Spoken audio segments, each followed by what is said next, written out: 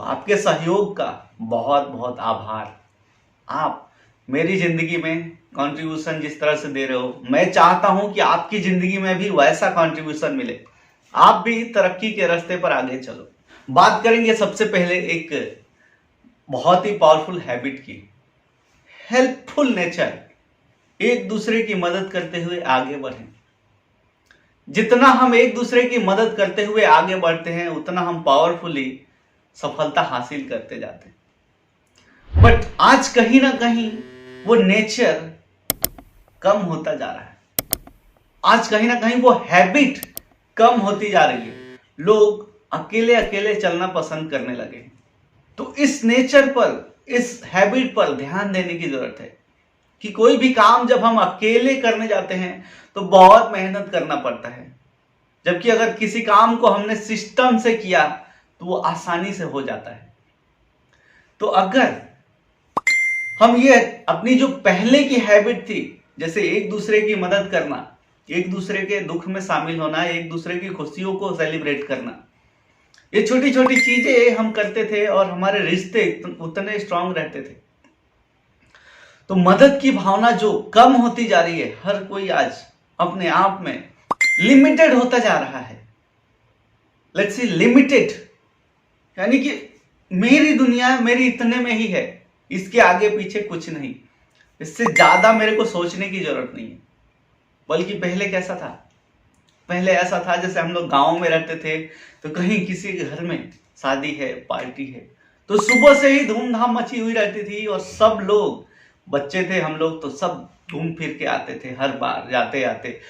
यानी हमारे लिए वो उत्सव रहता था कि हम कितना अच्छे से एंजॉय करते थे, कितना अच्छा से सेलिब्रेट करते थे। बट आज कहीं ना कहीं वो अपनापन, वो हेल्पिंग नेचर कम होता जा रहा है। इसके पीछे जरूर टेक्नोलॉजी है, बट कहीं ना कहीं हमारा माइंडसेट भी है। टेक्नोलॉजी कभी ये नहीं कहती कि आप लोगों से कनेक्ट मत रहो, उल्टा आजकल लोग और कनेक्ट ज्यादा रहते हैं, बट फिजिकली कनेक्शन कम हो गया है। एक दूसरे की मदद करने की भावना कम होती जा रही है। बस लोगों में एक भावना डेवलप होते जा रही है, मेरा मेरा मेरा। तो इस भावना को वापस से रिक्रिएट करने की जरूरत है। जो पहले भावना थी, जो हर किसी का मदद करते हुए हम आगे बढ़ते थे, हर किसी के दुख में शामिल होना, सुख में शामिल होना, एक दूसरे की मदद करना, एक दूसरे का सहयोग करना। और कितना आसान था। पहले रिसोर्सेस कम थे बट लोग खुश थे। आज हर कुछ होने के बावजूद भी लोगों में तनाव, टेंशन बहुत ज्यादा है। आज लोग नींद की गोलियां खाते, वर्कआउट करने जाते, जिम में जाते, बट एक समय था जो आदमी आराम से जहां मेहनत करता, रोटी खाता और सो जाता। बट आज ऐसा नहीं है। पैसा कमा रहे, बहुत सारा पैसा है लोगों के पास, बट सुकून नहीं, क्योंकि उनकी एक जो हैबिट थी लोगों के साथ रहने वाली, वो कहीं ना कहीं गायब होती जा रही है। कहीं ना कहीं मैं, मेरा और मेरे लिए के चक्कर में सारी चीजें छूटती जा रही हैं। इस चीज को वापस से डेवलप करने की जरूरत है। और ये हैबिट हमने नया डेवलप नहीं करना है, ये हमारे अंदर पहले से ही है। हमने देखा है, बचपन से ही देखा है। बचपन में कितना मजा करते थे, मस्ती हुआ करती थी, हर कोई एक दूसरे के दुख में सुख में शामिल होता था, कितना उत्सव मनाते थे, एक दूसरे के घर जाना, एक दूसरे के साथ खेलना कूदना, सारे काम करना, मिलजुल के एक दूसरे का काम में हाथ बटाना और वो काम आसानी से कर देना। आज व्यक्ति एक ही काम को लेकर सालों साल जूझता रहता है। पहले ऐसा नहीं था। पहले किसी को अड़चन आई, तुरंत 5 लोग खड़े, तुरंत जाके सारा सॉर्ट आउट। लेकिन अब क्या हो गया है, लोग लिमिटेड होते जा रहे हैं, लोगों की थिंकिंग लिमिटेड होती जा रही है। मैं उनके घर गया तो मेरे, वो क्या सोचेगा, मैं मदद किया तो लोग बोलेंगे ये अपने स्वार्थ के लिए तो नहीं कर। ऐसी सोच होती जा रही है। तो इस सोच को वापस से रिक्रिएट करने की जरूरत है, और ये रिक्रिएशन करना बहुत जरूरी है, क्योंकि ह्यूमैनिटी के ऊपर इफेक्ट पड़ रहा है इसका। इंसानियत खत्म होती जा रही है। आज हमारा हेल्पिंग नेचर खत्म होने से इंसानियत खत्म होती जा रही है। अब इंसान इंसान को देख के खुश रहने की इच्छा नहीं करता। कोई एक व्यक्ति है जो थोड़ी तरक्की पा रहा है तो उसकी टांग खींचने के लिए लोग लगे रहते हैं। बट पहले कैसे होता था? पहले अगर किसी ने एक अचीवमेंट किया तो उसके लिए पूरा गांव जश्न मनाता था, पूरे शहर के लोग इकट्ठा हो जाते थे। बट आज आए दिन लोग तरक्की करते हैं बट कोई पूछता नहीं। ऐसा क्यों हुआ? ऐसा केवल हमारी हैबिट की वजह से हुआ। हम खाली अपने आप को डिस्कनेक्ट करते जा रहे हैं लोगों से। सोशल साइट्स पे मिलना अलग बात है। सोशल साइट्स के कितने मित्र हैं जो आपके पास फिजिकली आते हैं? लिमिटेड 2-4 लोग। तो इन 2-4 लोगों से कनेक्शन करने से अच्छा है कि जो सराउंडिंग में आप रहते हो, जिस एनवायरनमेंट में आप रहते हो, उस एनवायरनमेंट को वैल्यू दो, उस एनवायरनमेंट के लोगों के साथ मिलो, उनसे गिव एंड टेक का रिलेशन रखो। क्योंकि दुनिया का नियम ही है, सृष्टि भी वही कहती है कि अगर आपको कुछ चाहिए तो पहले आपको वैसे विचार लाने पड़ेंगे।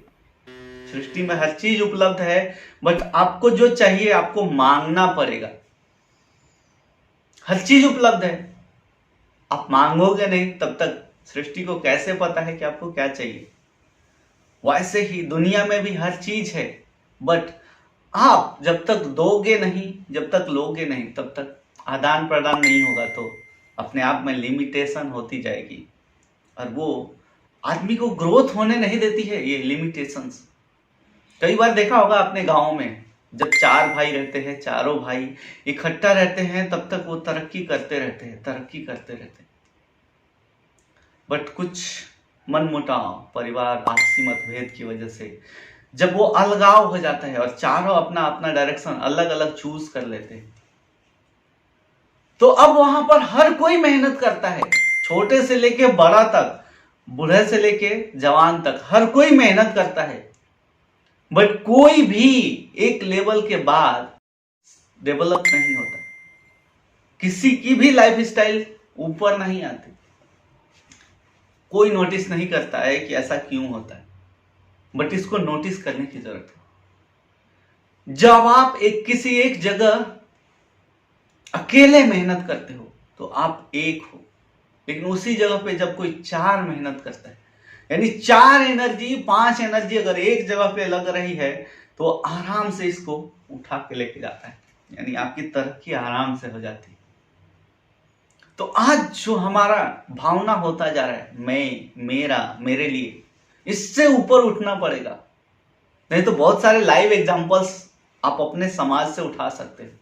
आप देख सकते हो कि जब तक लोग संयुक्त थे, जब तक लोग एक साथ एक रास्ते पे जा रहे थे, उनको हाथ पकड़ने वाला कोई नहीं था। यानी उसकी तरक्की जितनी रफ्तार से हो रही थी उसका हाथ पकड़ने वाला कोई नहीं था। लेकिन जो ही सब रास्ते अलग अलग हुए, सब रास्ते अलग अलग होने चालू हुए, वहां से उसके बाद के सालों की जर्नी देख लो, कोई एक लेवल के बाद तरक्की नहीं कर। तो इससे सीख लेने की जरूरत है। 1000 बार हमने एक कहानी सुना होगा, एकता में बल। क्या थी वो कहानी? एक व्यक्ति के 4 बच्चे थे। 4 बच्चे थे, चारों में आपसी मतभेद रहता था। हर कोई लड़ते रहता था आपस में, हर कोई लड़ते रहता था, हर कोई। और उसको आसपास के लोग भी, गांव वाले भी हर किसी को सता के, तकलीफ देके चले जाते थे। ये पिता ने देखा ये बच्चे बड़े होके कैसे करेंगे, क्या रहेगा इनका भविष्य। जब ये आपस में अच्छे से नहीं रहते तो इसको लोग भी तो वैल्यू नहीं कर रहे हैं, तो कैसे ये समाज में अपने लिए एक वैल्यू क्रिएट कर पाएंगे। तो एक दिन उस पिता ने एक प्रयोग किया, रिसर्च बोल सकते हैं। उन्होंने चारों बच्चों को इकट्ठा बुलवाया और बड़ी से बहुत सारी लाठियां मंगवाई, बहुत सारी, और एक एक करके चारों बच्चों को बोला, एक एक, 2-2, 3-3 लाठियां दी, बोले एक एक करके तोड़ो। अब ऐसी लकड़ी थी जो टूट सकती थी, तो हर किसी ने अपनी अपनी पावर दिखा के एक एक लाठियां तोड़ी। हर कोई आसानी से तोड़ पा रहा था। फिर पिता ने बोला ठीक है, 4 लाठियों को एक साथ बांधो और फिर एक एक को तोड़ने के लिए बोला।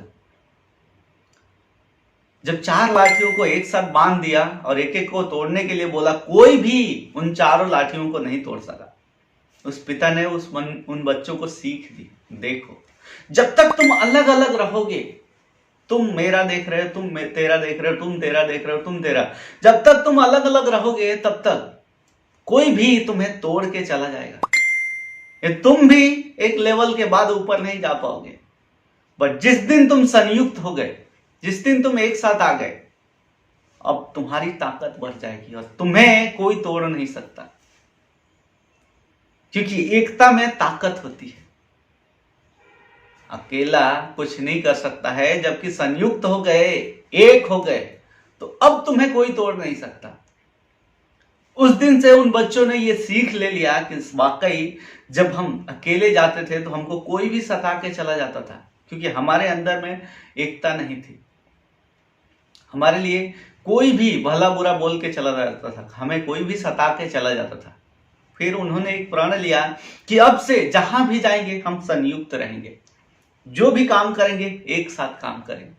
और फिर उन्होंने जैसे ही ये डिसाइड किया, एक साथ काम करने लगे, देखा उन्होंने कि जो सताने वाले लोग थे वो भी उनकी वैल्यू करने लगे। तो ये कैसे हो पाया? ये एक हैबिट से हुआ कि हमने एकता की वैल्यू को समझा, एक साथ लोगों की मदद करने के बारे में सोचा, हेल्पफुल नेचर डेवलप करना सोचा, और फिर वहां से उनको तरक्की मिली, ढेर सारी तरक्की मिली। और हर चीज जो वो चाहते थे, चारों अलग अलग डिजायर रखते थे, लेकिन चारों एक डिजायर पे एक बार काम किए और अपने आप को प्रूव करके और उसमें सफलता हासिल की। तो वैसे ही हमें भी जरूरत है, आज हम जहां पर भी है, हमें अकेले चलने की जरूरत नहीं है। हमारा जो ग्रुप है वो इतना स्ट्रांग है कि हमें बस उसका हाथ थामे रहना है, उसी से तरक्की मिलेगी और वही हमारे लिए सफलता दिलाने वाला रास्ता होगा।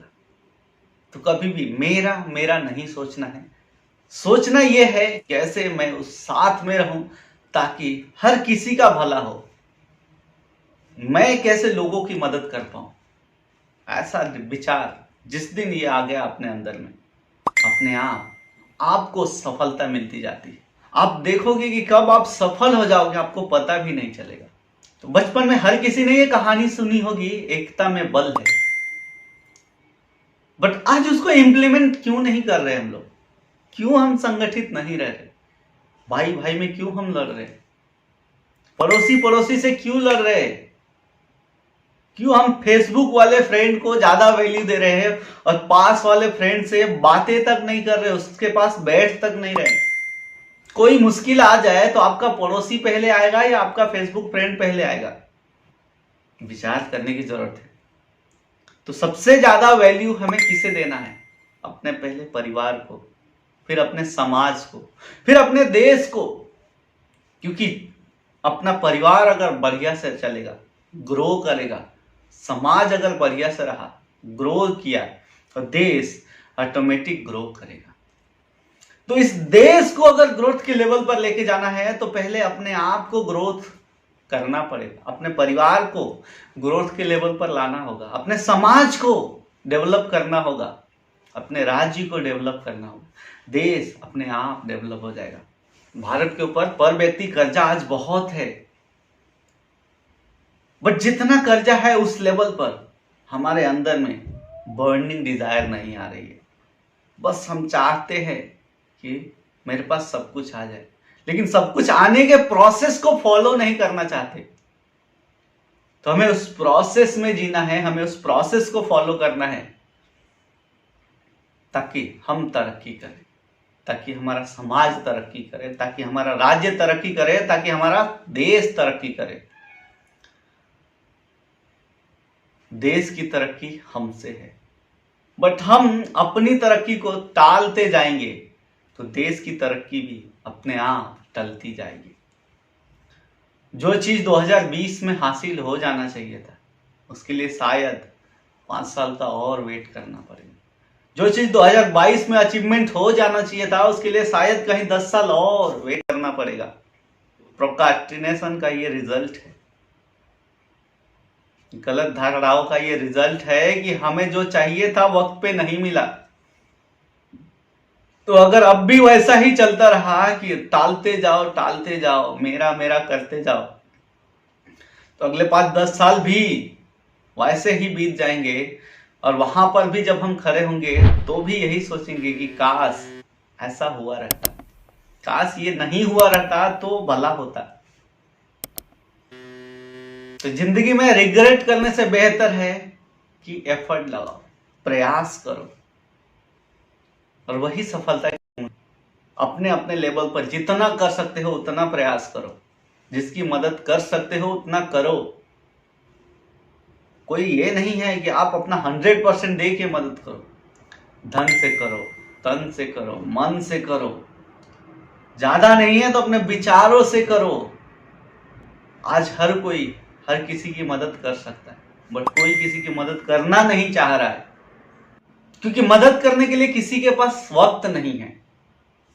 सबसे बड़ी समस्या है कि हमें रियलाइज नहीं होता है कि मुझे मदद करनी चाहिए और उस मदद के लिए मेरे पास वक्त है। बट एक बार ठानो तो सही, आपके पास जो वक्त है, जिसमें आप जिसकी जिस तरह से मदद कर सकते हो करना शुरू करो।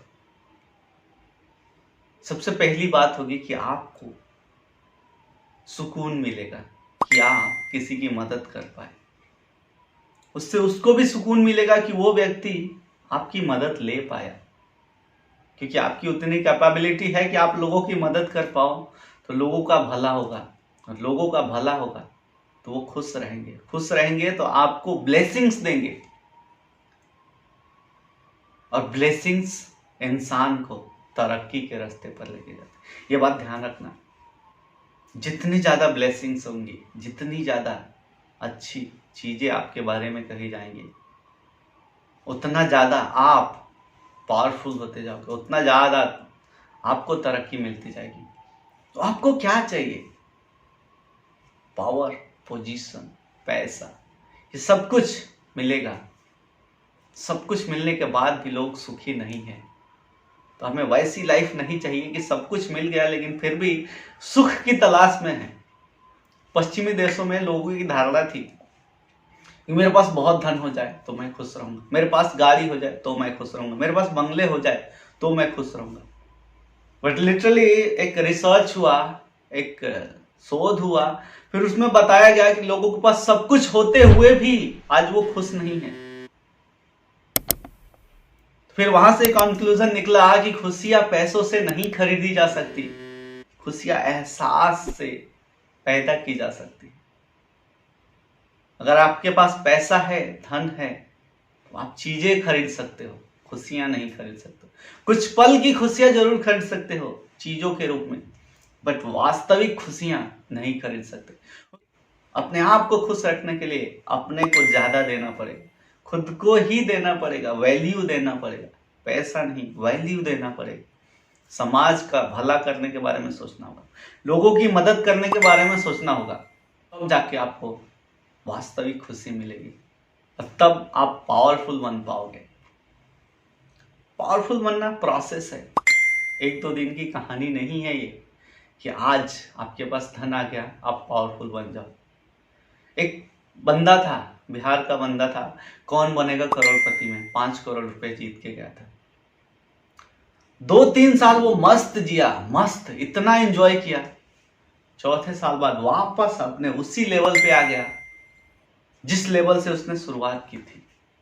बहुत गरीब बच्चा था, सड़क पे शायद कुछ तो ठेला लगाता था, एग्जैक्ट नॉलेज नहीं है मेरे पास, क्योंकि एक थॉट मेरे पास ऐसे ही आ गया तो मैं उसको शेयर कर रहा हूँ। अगर स्टडी करके बोलता तो सारा फैक्ट आपके पास रख सकता था, बट मेरे थॉट आया इसलिए मैं आपके साथ शेयर कर रहा हूँ खुशियों के बारे में लेके, कि वो बंदा ऐसे ही ठेला लगाता था, उसके पास पढ़ने का जुनून था, वो केबीसी में गया, 5 करोड़ रुपए जीत गया। 2-3 साल उसने मस्त लाइफ बिताई, उसके बाद तुरंत तरक्की मिली थी, तुरंत सफलता मिली थी, तो अब उसको वो भुना नहीं पाया और वापस शिखर पे जाके भी वापस अपने उसी धरातल पर आ गया।